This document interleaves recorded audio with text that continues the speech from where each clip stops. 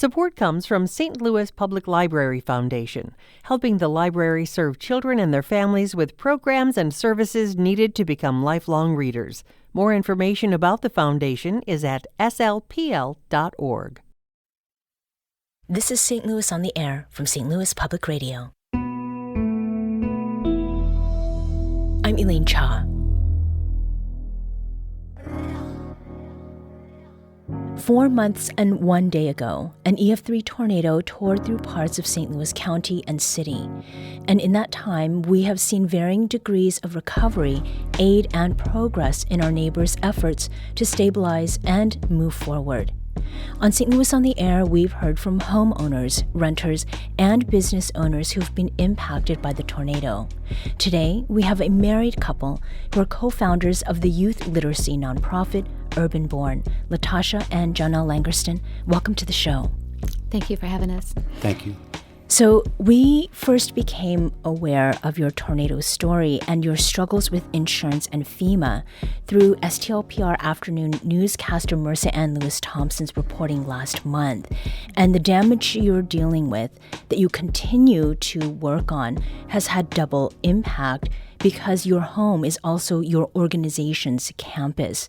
Before we talk, Johnel and Tasha, about the specifics of your recovery and rebuild story, I'd like to hear about your nonprofit organization, Urban Born. Johnel, what is Urban Born and what services does it provide? Urban Born is a nonprofit, 501c3. We do early education through basketball. We allow basketball to be the carrot to attract inner city children to come in and get an education. We teach children about the importance of sight words, blends, and we use sign language as a way of communicating. Mm-hmm. And this is specific to middle school age students? That's correct. Mm-hmm. Now, what is it that was happening at Urban Born just before the tornado, Tasha?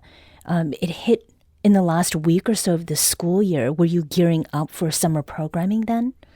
As Johnel said, we do have programs year-round is the goal to keep those up and going. And so things do heighten during the summertime. So more help is needed, more volunteers, coaches, people that want to come in and participate in whatever way they can. We're open for that. So that's a good time to just really just see what's before us and what kind of help that we have so we can see what is available to offer to the community. When the tornado did hit, it was mid to late afternoon on Friday, May 16th. Where were you, Tasha, and your family? Was anyone home? I had just left home. I noticed that it was getting dark and it was getting time for me to pick up our son. And I said, I should go ahead and leave because it looked like it's going to rain pretty hard. And so as I was driving, I got on the 70 freeway heading west, and I noticed that there was, it looked like traffic was backing up, and it just got really dark really quickly. And so I got off and I started off the 70, started heading down Union, headed towards U City. And all of a sudden it was really dark and it was like debris flying everywhere. It looked like the end of the world. Branches, everything was falling into the streets and people were like dodging them. And so I was on the phone with my husband and he was telling me that our neighbor contacted him and told him that our roof on the gym was gone. It was like completely gone. And he asked if I saw anything and I was like, no. I said, but it's really, really bad where I am. And, the Amber Alert went off, but it was like the storm was hitting. And I was like, you can't believe how big chunks of debris is just, flying around. And so I was, I pulled over because I saw other cars pulling over. So I pulled over. I'm like, it's not time to like take shelter or anything. And so Johnel just instructed me, he's like, just keep driving. And so it was like the truck in front of me, this red truck, hurt him as well because he pulled out from the line of people who were pulled over and he started driving. So he kind of like the driver ahead of me kind of paved the way for me to be able to drive. And it was like trees, different things was hitting his car, tree branch hit and damaged our car as well. And so until almost I got to U City, it was just like driving in darkness with just debris, different things hitting the car, even hail hit the windshield wiper. And so, yeah, it was just very, very scary. So Johnel stayed on the phone with me the entire time. And Johnel, you were on the phone with her from where? We were at a basketball tournament, my daughter and I, in Kentucky. So hearing that from Kentucky, and also understanding that you all are transplants to St. Louis, had you ever been in a tornado at any point before? No. I did see never. Dorothy, though. Oh, my goodness. Yeah. What is it that went through your mind then when you saw the condition of the urban-born campus and your home, Latasha? There are no words. There are no words to just see the roof gone, to get into the house and go into the gym, and it looked like a swimming pool where the floor of the gym was. And truly, it was horrific to see it. And my son, I had him at that time, and we just could not believe what we were seeing. And I was telling my husband, I said, if I would have stayed home a little bit longer when the Amber Alert went off, I would have gone through the gym to get to the basement, because once it went off, everything just kind of happened like right away. Mm-hmm. And that is the tornado alert. Yes. Right. Yes. So, Johnel, you saw in pictures what had happened. For you, when you actually saw the damage for yourself, what did you feel? What were you thinking? Well, the first thing come through my mind is, why me, God? That's just like, why me? We already dealing with a lot of adversities, working with inner city children in such a combat area. But my daughter was playing basketball, and we were in Kentucky at a championship program game, and all I could think about was everything I've worked for is gone, and we have no insurance. Because when I looked at the photo, it's something that, that's completely out of some movie, sci-fi. The only thing you can see is metal beams holding the structure of the building up. And it was horrifying. So I had to drive all night long to get back home. And my daughter and I, we drove through the storm coming back because we left the game and headed back home. And all I can think about the whole time is, how am I going to make it through this? And what was strange was that he knew about it before I knew about it, before I made it home. He had already sent me photos from our neighbors, sending him the photos of like, look at your place. And I'm like, I don't even have time to look at them. I'm just trying to survive. Just the traffic and everything that's on the roads and all of that. So I couldn't believe it. How did your kids respond to what they saw?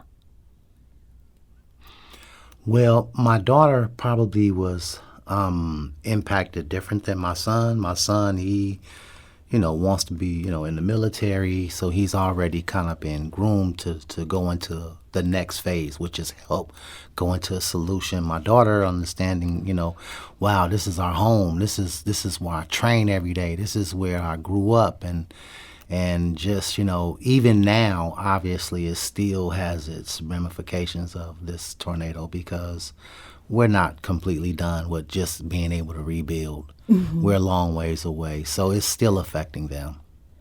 And talking about all of this now, how are you all doing? Like, how have you coped with the enormity of the situation, Latasha? I think just being in the space that it is hard, that life is not the same anymore, and just giving each other just space to just be and accept, each one of our different perspectives on it. I think for the children, seeing us just go into a mindset of rebuild. We're going to be okay. We're going to survive. This is hard, but we're resilient, and we're going to come back from this. Our children has expressed that how we handled it helped them. If they would have seen in us that we're devastated, we're fearful, don't know what to do, then they would have taken on that same mindset. But Johnel went into immediately, let's save the property. Let's get into the gym, clear, keep the floors cleaned, get the water up off the floor. And during that time, as you know, it was rain and heat constantly afterwards. So it wasn't just a storm. It was really probably equally as much what happened after the tornado as well, the elements, how it affected the floor, because initially we could have still had the gym floor if it was just a tornado, but it was just all the weather issues that we had afterwards caused us to lose the floor, which is the lion's share of the cost that it's going to take to rebuild. But just them seeing that we were just in constant, let's just work to save it and work together. And so seeing family and friends, our amazing church family at Refresh Community Church, come around us and friends, it's just been amazing. So that's been keeping our morale up, that so many people believe in what we're doing and wanting to contribute. Mm-hmm. Do you agree? Yes. We have the Stolhart family, which is the original founders of the St. James Church in itself. They are part of our board, and their support and their outreach has just been remarkable. Absolutely. It's almost like she says, hey, the people, they came in, they circled around us and helped as much as they can, because, again, we're still going through this. And like anything, you're going to get a jump start with a whole lot of people to get involved, and then now they'll let you get on your feet, but they kind of go back on into their life. But our life is still in turmoil. Mm-hmm. We're going to take a quick break here. We're speaking with Johnel and Tasha Langerston. They're a married couple and the co-founders of the youth literacy nonprofit Urban Born. Their home, which is also the organization's campus, sustained serious damage from the May 16th tornado 4 months ago. This is St. Louis on the Air on St. Louis Public Radio.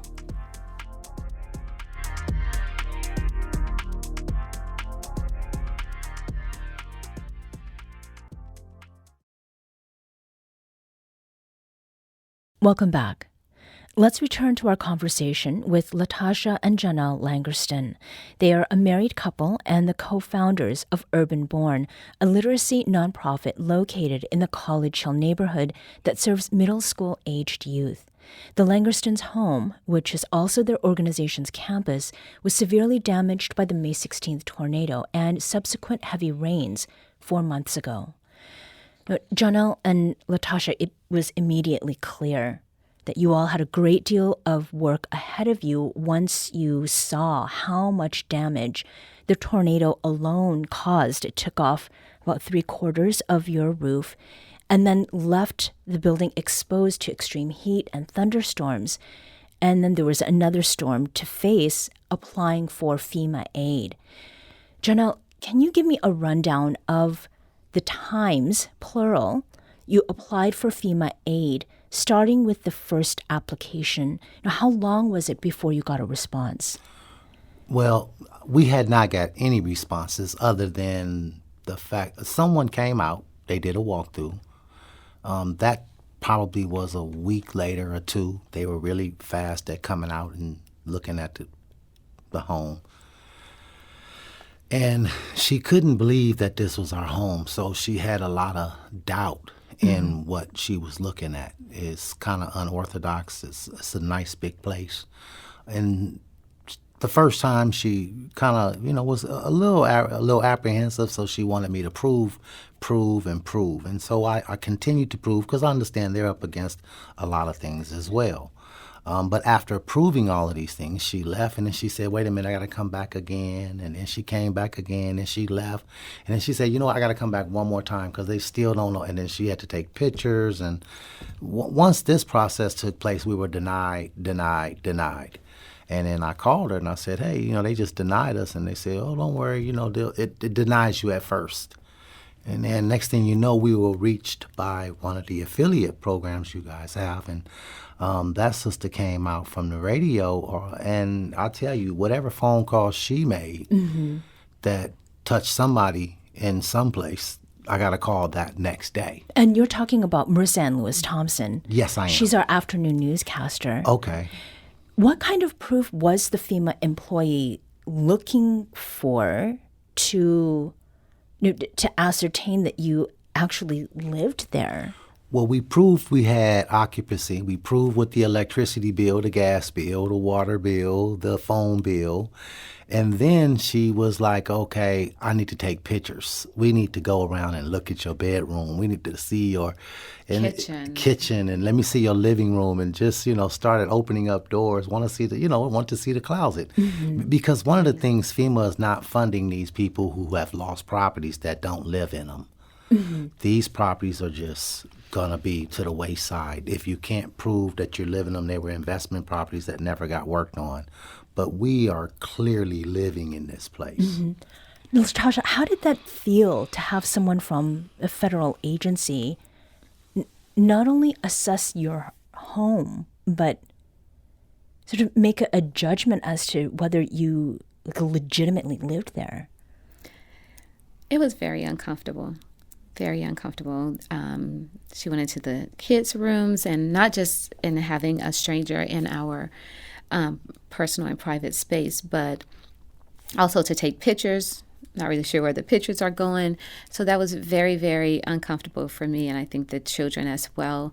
But I just kept thinking to myself, it's for the greater good. If we can get Urban Born, the resources it needs, and for us to do what we came to do for the community, it's okay. So then to turn around and see that it was denied after, is like, it is undisputable that we live here. And being in the kitchen, her being in the kitchen and taking pictures and just seeing all that she saw, I was just thinking like, well, who are they giving the resources to? Because it's clearly obvious that we have a great need, and the work that we're doing is beyond just for ourselves and our family. So it was disheartening getting the rejection message, and just kind of feeling like our private space was, I don't know, violated, exposed. You got to keep in mind that our sleeping quarters roof also flew off. So we were under demanding type of circumstances. We had to hurry up and patch that because that's where we sleep. We don't have any family out here. We're alone. It's just us. So anything that happens, we have to come together and do it. The family that has adopted us, obviously, are brothers and sisters from the church and people in the community. But, we don't know who to call in times of this. This is just like, who you going to call? Everybody going through it right now. So community was your covering? Yes. Were you able to stay in your home? I mean, you've described all of the rain and the heat. Where have you been staying all this time? Oh, I had the roof fixed that same day. That I had a crew on there, that night. It took place that Saturday. By that Saturday afternoon, we were getting our roof completely covered up. And I'm a developer in the community. We've been buying houses and fixing them up and financing the buyers to stabilize the community. So we have people that's always working. So I was able to bring some people in that next day and stabilize our sleeping quarters temporarily. But the gym was so beyond stabilizing that it was a process for that. We stayed there and we fought it out every day because the goal was to save the floor.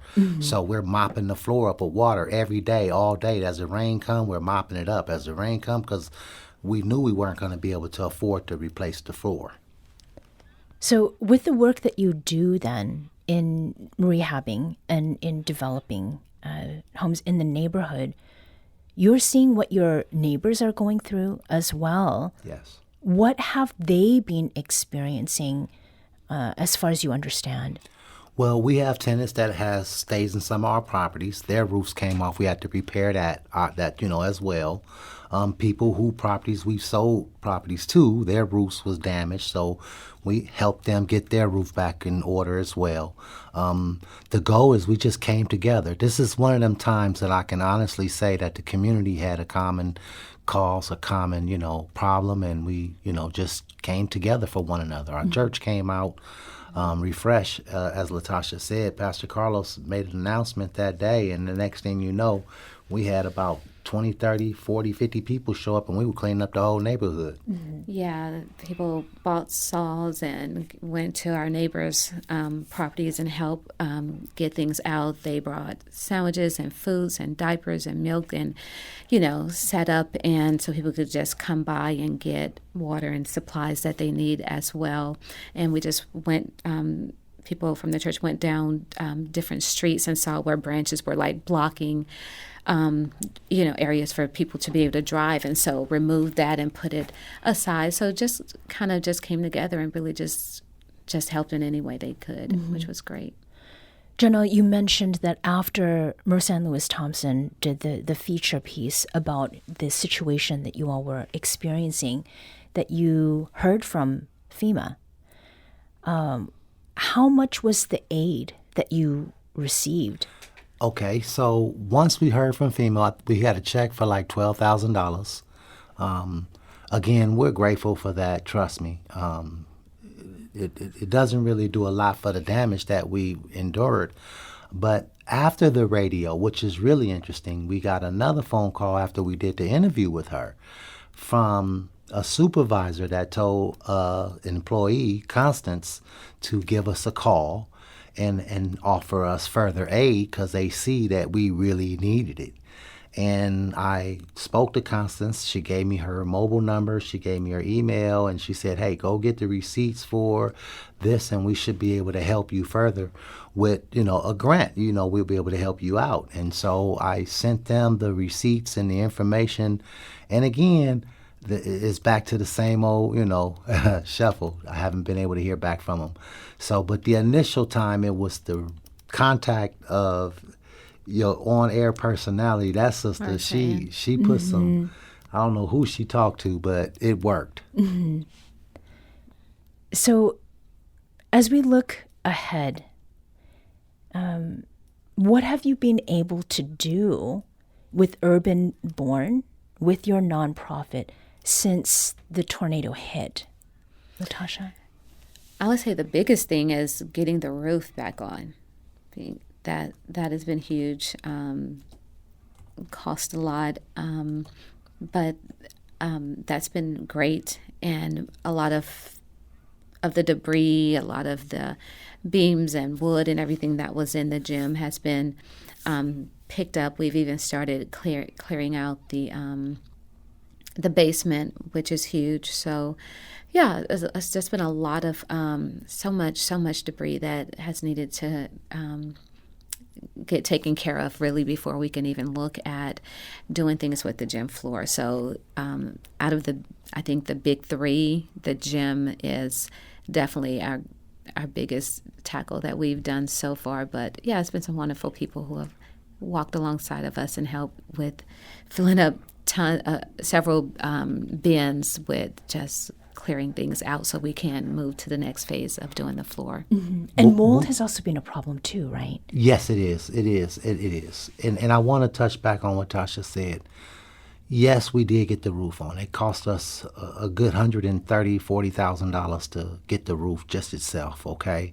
Then we had, because of the news media and the people that's come out and supported us to let people know, we had volunteers come in to remove the whole gym floor. We just had to put 2 40-foot dumpsters out there. But we haven't been able to do anything with the children so far.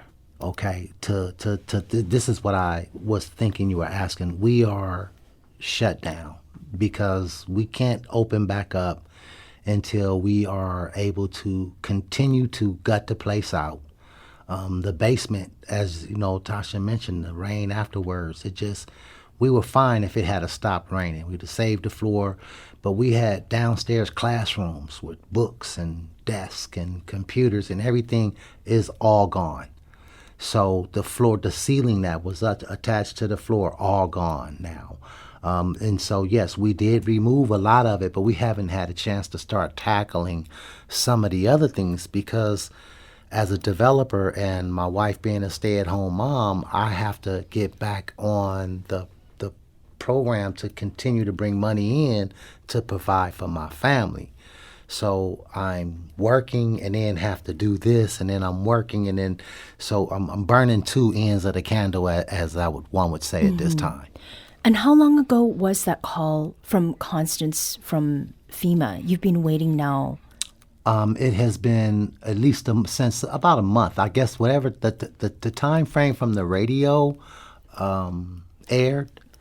Well, we got the call the next day, or that day, in fact, I should say, and we spoke that day. And now I've submitted the paperwork, and I've called several times, left several messages, emailed it, and I haven't heard back at all.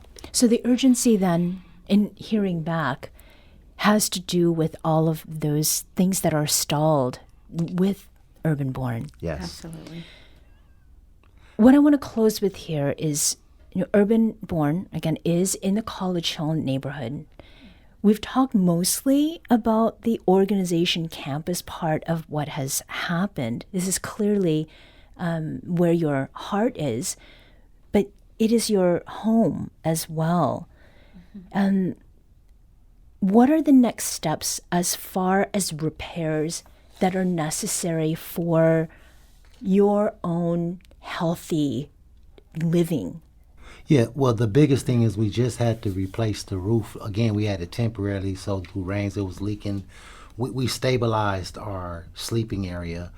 Our HVAC units obviously had problems. We got them back up and running. I think that what would help us is if there was people out there that own companies that have wood, for instance, and say, hey, we'll donate the floor. We know that it's a 120-foot by 60-foot room that needs wood floor. That's a lot of floor. Floor decor, they quoted us $27,000. We have Don and family and them who said, hey, we'll purchase the floor, have made contributions to do so, but now we have to find out a way to get it installed. And again, a lot of times people don't want to donate, but we can use some of that time and that energy and that expertise. We feel that we get our floor up and running and we get our bathroom area and the first level stabilized, we can possibly be ready for next summer to go ahead and start bringing back programs. Because of the other areas, we don't have to worry about right away. But we need that support. We just do. Because of the resources that I have had in reserves, I've had to use to stabilize our home. When I hear basketball gym, I think about the floor, which you've talked a lot about, Johnel, and I think about the sounds of sneakers squeaking on that floor and how it is an indication of the activity that is happening there. What are the sounds that you are looking forward to hearing again, Latasha? The laughter. Yeah, the laughter. The sounds of the clocks in the gym during the game. Parents talking to their children. The excitement of seeing their children play, and just the joy that brings, the concession stand being open and people there. And we had a gentleman that was volunteering, Gary. He's actually started a prayer list, so people would come to the concession stands, and he would just check in with them, see how they were doing, and I started asking, do you have a prayer request? Is there anything I can pray for you about? And at the concession stand, we had this long list of things that he would gather that people that were coming for the games asking for prayer for, and so we would take time to pray about that. So that was really exciting. So to see that, and as far as the academic part, just seeing the kids, their little faces and them doing sign language, repeating after Johnel, and saying sight words, and just certain things that they weren't getting in school, seeing that they were excited and that they could learn. And so their faces being excited to really get it. Mm-hmm. Yeah. From your lips to God's ears. Absolutely. Tasha and Johnel Langerston, thank you so much for joining us today and sharing about your experience. Thank you for having us. Thank you for having us. The Langerstons are the founders of the youth literacy nonprofit Urban Born.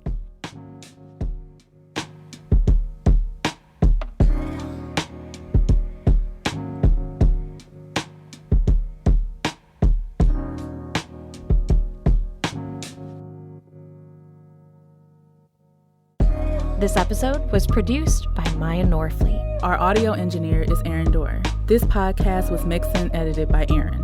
Our executive producer is Alex Hoyer.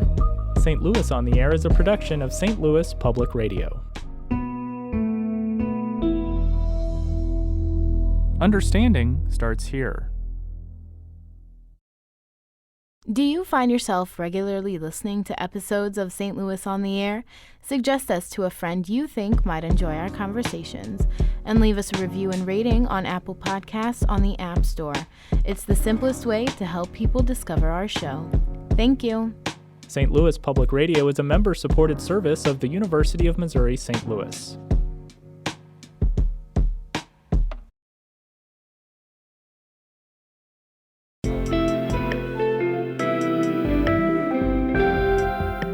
The Gateway brings you the day's news each weekday from around the St. Louis region and the state capitals in Jefferson City. Our schools are accredited. We don't need this bill. And Springfield. How many more years must pass before lawmakers see time is of the essence? I'm Abby Larico. Join me each weekday for The Gateway on the STLPR app or wherever you get podcasts.